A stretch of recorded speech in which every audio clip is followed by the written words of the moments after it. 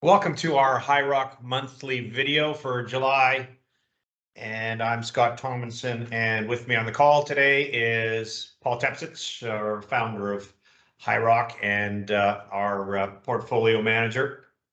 We are going to talk today about what happened in June, so last month. We'll cover a little bit about what's happened over the course of the first half of the year, and we'll talk a little bit about our strategies in all three of our models, and hope you enjoy it with us as we take you through this. So let's talk a little bit about what happened to markets in the month of June.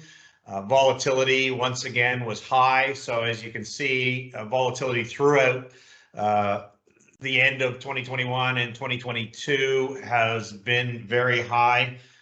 Certainly that has been negative for a lot of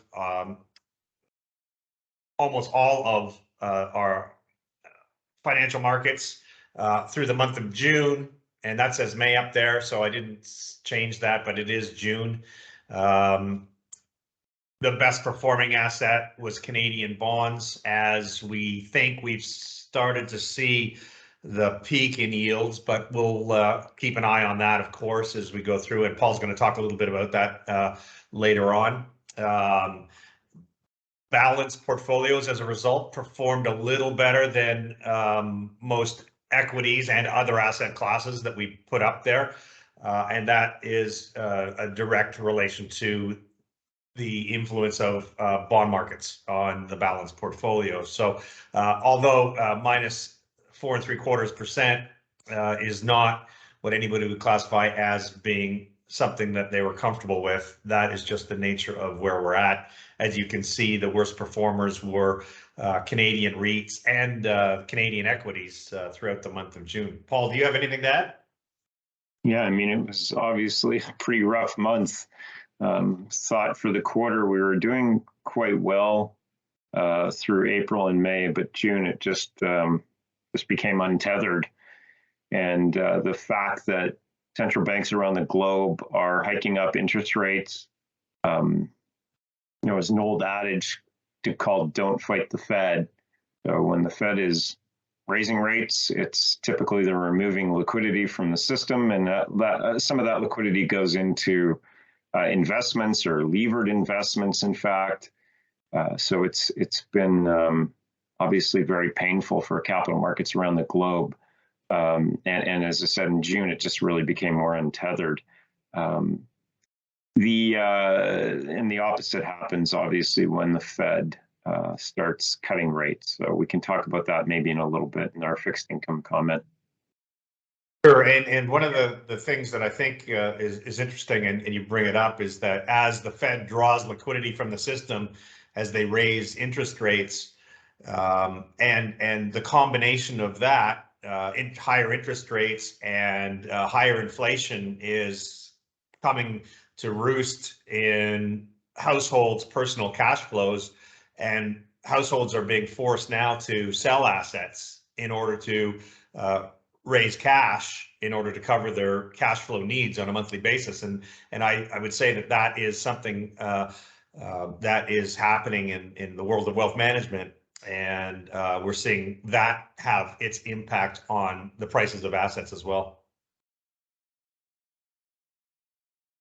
Well, let's talk about year to date, because it's been a horrible year, Paul. I think that's a good word. Probably the worst in more than 50 years for some equity markets, specifically US equity markets, but also global equity markets. Canadian equities have done slightly better because of their exposure to energy and gold, I imagine. Paul, you can comment on that if you wish, but even bonds have had a very rough go. So as a result, balanced portfolios are down considerably. On a price basis, the balanced index ETF that we monitor for comparison purposes to what we're doing was down 15.5% on price.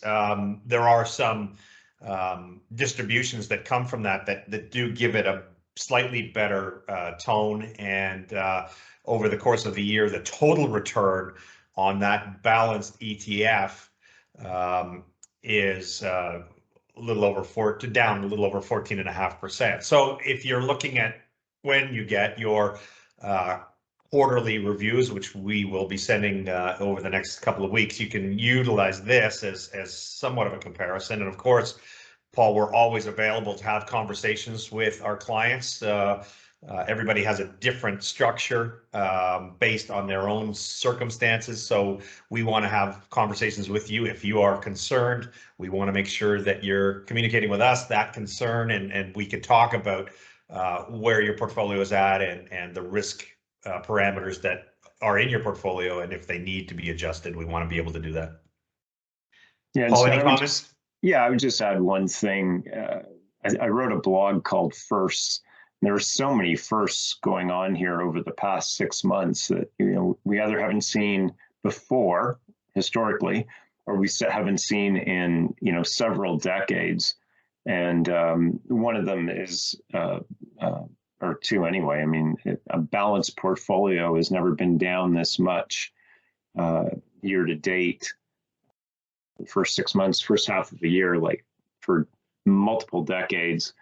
And the S&P 500, the same sort of thing, 6 months year to date hasn't been down for, I think since 1937 or something. I can't remember the exact dates, but it is quite stunning how all these negative factors lined up in a row to produce this type of return. And so far we are feeling a bit better about our performance than what you're seeing on the screen and some other metrics. But yeah, it's been tough for sure. All right, and again, as we say and remind everybody that this is a short-term circumstance that we're going through, but we have to focus on that as managers of your wealth and of your portfolios. However, we want to always keep the long-term in perspective. We do expect that this is going to diminish the potential for returns over the longer period of time, comparatively to what we saw in the last 10 years. The next 10 years going forward will be slightly less, and certainly what we're seeing now is taking away from the future performance. But we are prepared, and we do monitor the circumstances to make sure that we are trying our very best to get our clients the best risk-adjusted returns over the longer period of time to meet their goals and their cash flow needs. Let's talk quickly about our global equity strategy. We are starting to see better values in equity markets. So that means that we're starting cautiously and patiently to put some cash to work. We've had some opportunity evolve some of our targets for some of the ETFs that we want to own more of. We've hit those targets. We've been adding in small measures to our global equity model. So everybody who is exposed to the global equity model will be seeing more purchases of equity ETFs globally. And we are doing it on a measured basis. So we'll continue to add as markets come lower, which is something that we do expect and anticipate will happen. We will obviously monitor this very closely, but we are in better value, and we are starting to put cash and cash equivalents to work. We've been waiting very patiently for quite some time to do this, and now we have the opportunities. And again, we are doing this on a patient basis. Paul, anything you want to comment on this? No, I think this is all part of our plan and why we were sitting with higher cash weights, waiting for a recession. I think the bond market was starting to tell us we would likely hit a recession, some of the things we look at. So now it's just a matter of trying to pick our spots and do a bit of adding, which we've been doing. Yeah, so. And we still we the nature of what we do is we put orders at prices that make sense to us. And we allow the market to come to us and fill those orders. And we do monitor those, and we can adjust. But at this stage, we're quite comfortable with the orders that we have in the market. We still have plenty of orders in to put cash to work, and we will continue to do that as markets decline. Yeah, Scott, I would just add, what we're doing we're buying on what we find are big down days when we're getting hit at our levels. We're not buying on up days, and it's quite frankly a strategy called dollar cost averaging. We are never going to hit the absolute bottom in our buy point, so we just really have to buy on big down days, and we put in at technical levels where we think it makes sense to do some buying. So it's a strategy that's in place. We're not, full disclosure, we're not going to be able to hit the bottom. The key to this is that we are putting cash that's been idle to work that is in a longer term perspective going to start to grow again. And that means that we should be able to get portfolios back to growth more quickly than a more passive portfolio might experience. Paul, do you want to talk about our tactical model? Yep. The tactical model, even quite frankly, over the course of, it was holding in quite well through April and May, as I commented earlier, and even in the first couple weeks of June. But then by mid-June, commodities started getting hit really hard as well, especially oil, which had held in quite well. We've seen copper and nickel and obviously even gold and silver. We saw them getting hit over the course of the entire quarter, but oil held in so well. And then just over the past 2 weeks or so, oil's been getting hit as well. So we are taking some lumps over the past week alone in some of our commodity names, for sure. Now, one thing that we are focused on in our tactical model, there are a couple positions. One is a commodity-based oil company, and one is actually not. It's a consumer technology media company. Both have very, very strong free cash flow, including where the price of oil is. And the reason why we like that is because following free cash flow allows us to monitor the company's ability to buy back stock in the open market, which both companies have stated they will do, and presumably they are doing right now as their stocks sell off with the overall market. So it does provide a bit of comfort to me that knowing that free cash flow is there and the companies are actually buying back stock. So we're going to come into reporting season now for the second quarter in late July, early August, and we'll get a better idea as to what these companies have been doing over the second quarter and perhaps even over the month of July, which is helpful. So that's been good. Companies will hopefully delever and buy back stock. Away from that, in the tactical model, I don't really have anything else actually to add, Scott. We've been monitoring a couple things. I think with just from an overall perspective, let's go to the fixed income model next. Let's do that, and then I'll make a comment on inflation first of all. And we talked a little bit earlier about rates, but let's just talk about inflation. I just mentioned, commodities have been selling off substantially. They're off roughly 35–40% from their recent highs, say 2 months ago. Now even oil is off roughly 20-odd%. Oil stocks are now down in general more than the S&P 500 is down. And that's only happened over the past week or so. So it's been very dramatic. But when you look at all of these commodities being down as much as they are over a reasonably short period of time, one has to think, wow, what's the effect of these commodities being down on inflation. We do know that oil goes through every facet of the economy, whether it's manufacturing from hydrocarbons to transportation through the cost of diesel or jet fuel or gasoline for some businesses, but most certainly for consumers.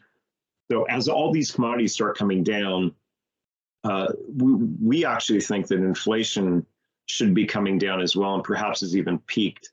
There's another blog I wrote about Target just being one example, but I think Walmart is too, as is Costco, but something called the bullwhip effect, which I think a lot of these companies went out and bought consumer goods because they had such an order book for the future during 2020 and 2021, because we were all stuck inside and nobody could travel or go to a concert or sporting event or any life experiences. Now that's all changed. So people are less inclined to go buy those consumer goods and more inclined to go travel and go to concerts and sporting events and those life experiences.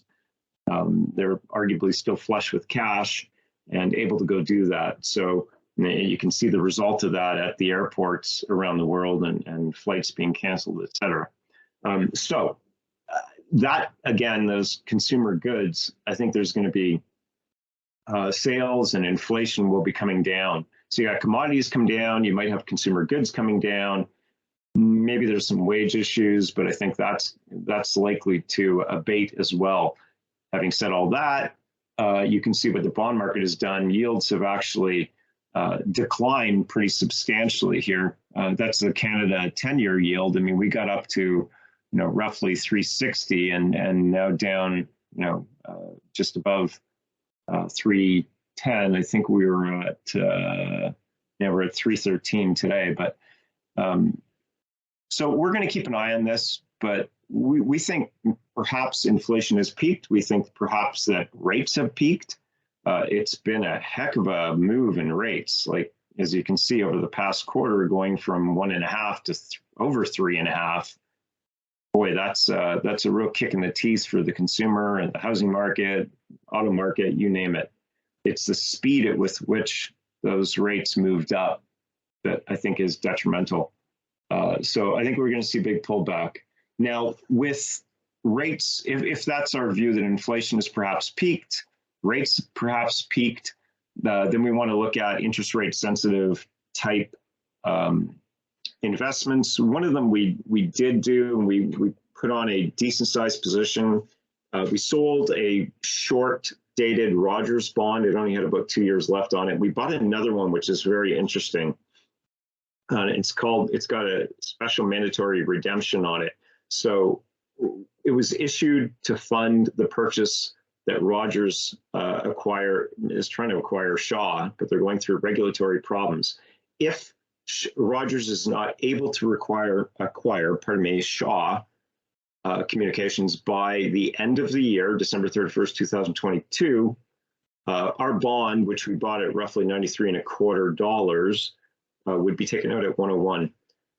Today, that bond is trading around 93.75, 94 area. So we're up slightly, but that's not really why we bought it. We bought it for the optionality we could get taken out above par, number one, which would provide 7 or 8 points of capital gains, but also carry. It was providing pretty decent carry, over 4% on an IRR, internal rate of return basis. So, and we kind of liked moving out the curve a little bit and buying some interest rate risk. So we thought this was a pretty interesting and not an easy way, but an interesting way to play both this acquisition of Shaw by Rogers, and also an interest rate play with the potential for good capital gains. So that's the one interesting trade we put on in the fixed income. We actually did a little bit of picking away at a 30-year bond just a couple weeks ago in a Canadian 30-year bond that we own. So we've added a little bit of risk there as well to express our view. I think that's it, Scott. Okay, and that's a great reminder to our clients, Paul, that their portfolios are not necessarily passive, and to add value we're always looking for some of these opportunities.